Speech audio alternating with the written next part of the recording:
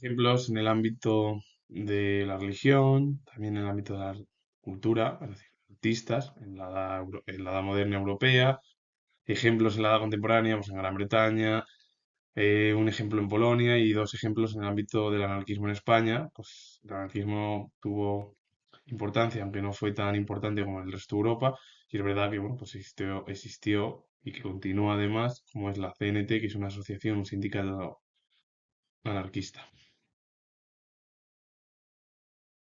Carlo Francesco Dotti fue arquitecto y escultor italiano, fue uno de los artistas más destacados de la escuela boloñesa barroca, un hombre bueno, pues, importante en esa escuela boloñesa barroca que perteneció al barroco y dejó huella pues, en el ámbito italiano, porque Italia fue la cuna del Renacimiento y del Barroco y a partir de ahí se extendió por el resto del continente. Y una de las obras es el arco de Meloncello de 1721-1722. Antonio Solá fue escultor español formado en la Escuela de Johat de Barcelona.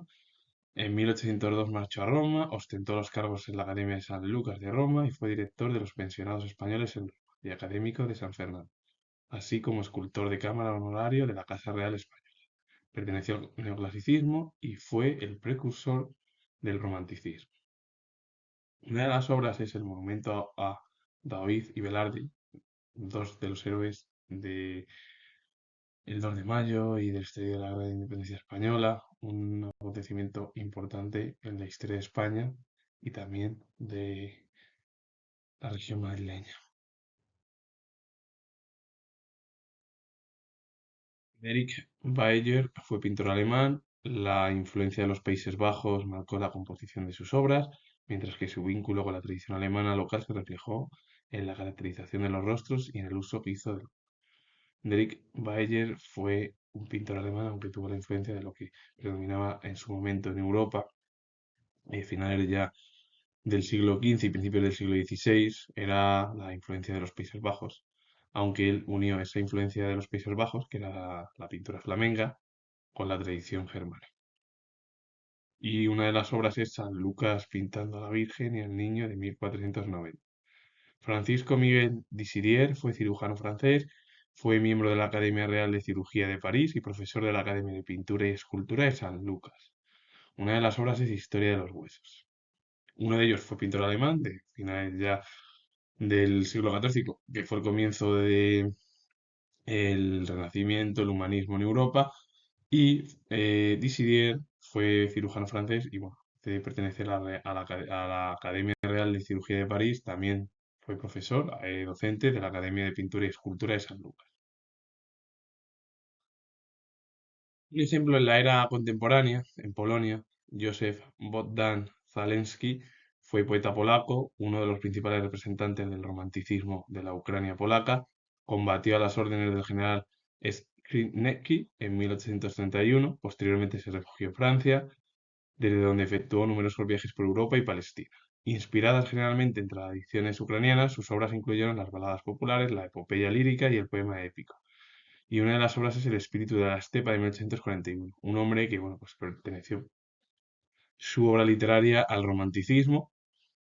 Y es verdad que realizó viajes por Europa, Palestina y se inspiró sobre todo en esas tradiciones ucranianas en muchas de sus obras, que fueron baladas populares, una epopeya lírica y también un poema. Oseas fue profeta del Antiguo Testamento, el primero de los llamados 12 profetas menores. Desarrolló su ministerio en el Reino del Norte en Israel, de donde procedía. Predicó a finales del reinado de Jeroboam II, entre los años 782 y 743 a.C., y en tiempos de Ocías, Jotán, Ahaz y Ezequías. Por consiguiente, su misión profética debió situarse entre los años 750 y 725 a.C., y el libro es Libro de Oseas, un hombre bueno que predicó al final el pensamiento religioso. Zaqueo fue recaudador de impuestos judío.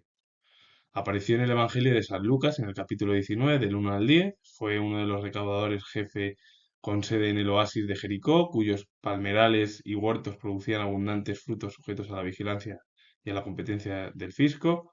Judío de nacimiento, fue cordialmente odiado por sus compatriotas a causa de su profesión, que le colocaba entre los pecadores públicos. Bueno, pues un hombre al final que fue recaudador de impuestos. Incluso fue odiado porque no le gustó a muchos, porque estaba en la profesión de recaudar, sobre todo en el puesto público que tuvo el propio Zapio. Federico Zuccaro o Zuccari fue pintor, arquitecto y escritor de arte italiano, hermano y discípulo de Taddeo. Colaboró con este en algunas de sus obras. Realizó frescos de la Sala Regia del Vaticano, trabajó en el Palacio de los Dogos de Venecia en 1582, en la cúpula de Santa María dei Fiore de Florencia y en el Escorial, altar mayor de la Capilla Mayor, también en Gran Bretaña y Francia. En Roma fundó y dirigió la Academia de Dibujo de San Lucas en 1593. Resumió sus enseñanzas en la obra La idea de los pintores, escultores y arquitectos de 1607. Ahí es donde recogió importantes manifestaciones sobre el manierismo final.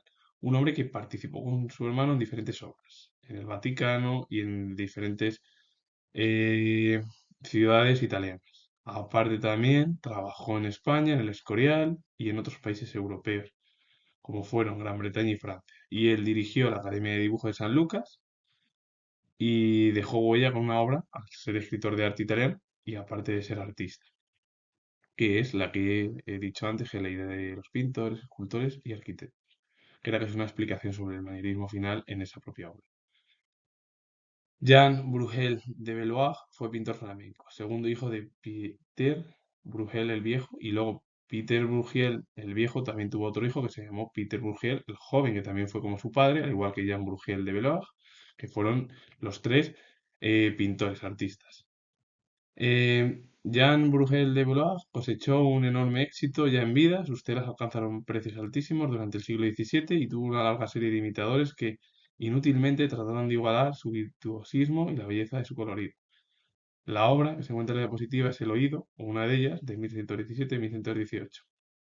Un hombre, bueno, pues que ya tuvo gran fama, sobre todo por los precios de sus telas que eran muy caros y muchos de artistas intentaron imitarle, pero no pudieron porque tenía esa virtud, esa belleza, ese colorido de lo que realizaba Jan Bruegel de Valois.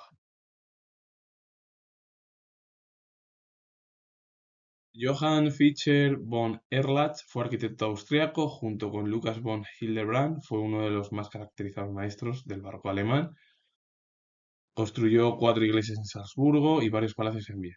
Escribió una importante compilación titulada Esquema de Arquitectura Histórica en 1721, como hizo Federico Zuccaro o Zuccari, que también, aparte de ser artista, Federico Zuccari fue escritor de arte. Bueno, pues Johann Fischer von Erlang, de ser arquitecto, dejó una obra es Esquema de Arquitectura Histórica, pero la obra dentro del ámbito artístico es Iglesia de San Carlos Borromeo, que se encuentra junto con el autor en la diapositiva. Francisco Preciado de la Vega fue pintor español. En 1733 se trasladó a Roma, donde fue nombrado secretario de la Academia de San Lucas. También fue miembro de la de San Fernando y pintor de cámara del monarca de España. Su obra pertenecía al neoclasicismo, un hombre que prácticamente vivió entre esa era entre Felipe V y sobre todo más Fernando VI, sí. Pero bueno, es en esa transición, porque él, claro, ya fue miembro de la Academia de San Fernando, aunque él estuvo primero en Roma, estuvo en Roma y luego se fue a Madrid, y a partir de ahí, bueno, pues fue pintor de cámara de monarca, que, vamos, yo siendo historiador, lo más factible, lo más claro es que haya sido Francisco Preciado de la Vega de Fernando VI. Peter Bruegel el Viejo tuvo a Jean Bruegel Valois, que fue uno de sus hijos importantes, como lo he explicado en bueno, la diapositiva anteriormente. Y Peter Bruegel el Viejo fue pintor neerlandés, principal pintor flamenco del siglo XVI, en cuya obra culminó la tradición pictórica del siglo anterior por Jan van Eyck. En la actualidad es considerado una de las grandes figuras de la historia de la pintura. Realizó sobre todo cuadros de paisajes, género y de escenas campesinas, en los que con un estilo inspirado en el bosco reflejó la vida cotidiana con realismo, abundancia de detalles y un gran talento narrativo, que es lo que se encuentra en una de sus diapositivas, que es la obra ahí, que es Cazadores en la nieve de 1565, y que hay que decir que fue pues prácticamente la tradición esa del flamenco, lo que predominaba sobre todo de finales del siglo XV y en gran parte del siglo XVI, los primeros años, aunque a partir de la aparición del humanismo en Italia, del Renacimiento y después del Barroco, Italia se convirtió en la cuna del arte y se extendió por toda Europa. Pero la pintura flamenca o el arte flamenco tuvo gran repercusión también en el ámbito europeo. Peter Bruegel el joven fue pintor neerlandés como su padre. Jan Bruegel de Valois también fue otro hijo de Peter Bruegel el viejo y los tres dejaron huella en el arte de Países Bajos. John Ireland fue profesor, compositor y pianista británico, conocido por sus canciones y sus obras de programación orquestal. Estudió piano con Frederick Clive en el Royal College of Music, que es el RMC de Londres entre 1893 y 1897, donde posteriormente enseñó composición y en 1895 se convirtió en el miembro más joven de la historia del Royal College of Organist. Una de las obras es A London Overture.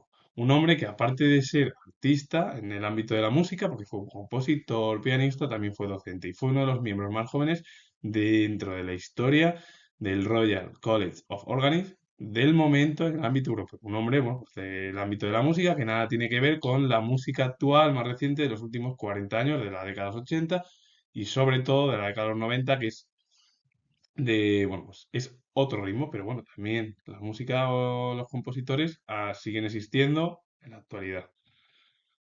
George Borrow fue escritor británico. Viajó por Europa y por Oriente y estudió el idioma y las costumbres de los gitanos. Imprimió en España su traducción a Caló del Evangelio de San Lucas y escribió historia de corte picaresco. Una de las obras que realizó fue La Biblia en España en 1943. Un hombre, bueno, pues que estudió las tradiciones de los gitanos. Tradición gitana, cómo vivían, sus formas, las estructuras. De ahí sobre todo que imprimiese en España su traducción al caló del Evangelio de San Lucas. Y es verdad que su estilo, la historia literaria que hizo, el arte literario que realizó el propio George Borrow, era más de corte picaresco. William Holman Hunt fue pintor británico, cofundador de la misteriosa Hermandad Prerrafaelista junto a Dante Gabriel Rossetti y John Everett Millet en 1848. Los tres fueron los principales pintores de esa hermandad rafaelista, que era como casi la continuación de la pintura de Rafael. La obra es el hallazgo de Cristo en el templo de 1854. Se encuentra en la diapositiva. Un hombre que fue de los más importantes en el siglo XIX. Los dos últimos ejemplos fueron dos figuras importantes dentro del anarquismo en España. Anselmo Lorenzo fue pensador anarquista y activista sindical español. Nació en el seno de una familia humilde perteneciente a la clase trabajadora. Sus padres fueron campesinos y además se marcharon a Madrid con el objetivo de establecerse en la capital para buscar mejor fortuna. Anselmo Lorenzo era todavía un niño, aprendió el oficio de tipógrafo, el propio Anselmo Lorenzo, integrado en los círculos revolucionarios, recibió en la capital española activista italiano Giuseppe Fanelli, enviado a la península ibérica por Mijail Bakunin. Bakunin fue el principal precursor del anarquismo a nivel europeo y en Rusia, con el propósito de construir los primeros núcleos internacionalistas españoles y propagar la doctrina de la Primera Internacional por nuestro país. La obra es El proletario militante de 1901-1923, una de las mejores fuentes testimoniales para conocer la evolución de España del movimiento libertario entre 1868 y 1882, así como los ecos de la Primera Internacional que llegaron hasta la península ibérica, sobre todo a España. Comentar. Anselmo Lorenzo fue uno de los principales pensadores del anarquismo. Conoció a Giuseppe Fanelli, que fue uno de los anarquistas más importantes de Italia, que vino enviado por Bakunin. Bakunin fue el precursor del anarquismo, fue en Rusia y de Rusia bueno, pues se extendió a todo el continente europeo.